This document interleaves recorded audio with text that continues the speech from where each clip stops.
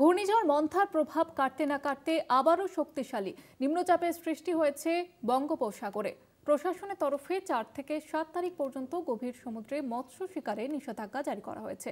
মৎস্যজীবী সংগঠন জানিয়েছে ইতিমধ্যেই কিছু ট্রলার পাড়ে ফিরেছে এবং বাকি ট্রলারগুলি দ্রুত ফিরছে।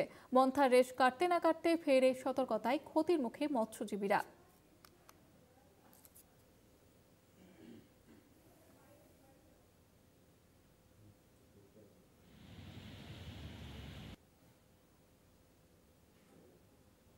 আবার 4 দিনের সতর্কবার্তা দিয়ে দিয়েছে। 4 থেকে 7 তারিখ আমাদের বেরিয়েছিল 2-3 দিন আগে, আবার সবাই ফিরে আসছে।